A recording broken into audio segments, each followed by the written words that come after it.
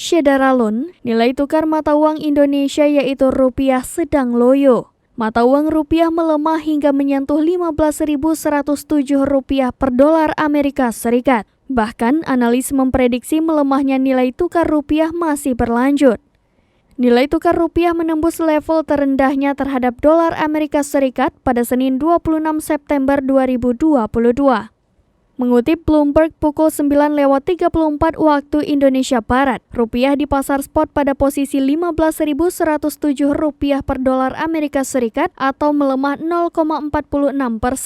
Mata uang Garuda ini mencatatkan pelemahan 7 hari beruntun. Rupiah telah turun 0,55% dalam sepekan.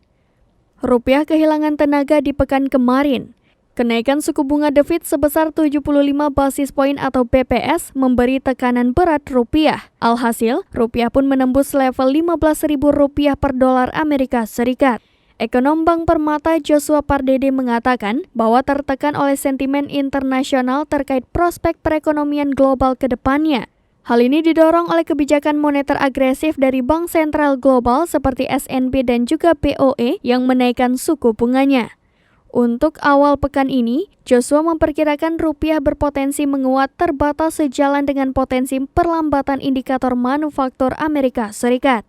Sementara analis DCFX Futures, Lukman Leong memproyeksikan rupiah masih akan melemah, tertekan oleh dolar Amerika Serikat yang kembali mencapai rekor tertinggi multidekade terhadap EUR atau GBP. Namun langkah agresif BI menaikkan suku bunga 50 BPS diperkirakan akan sedikit banyak menahan pelemahan rupiah.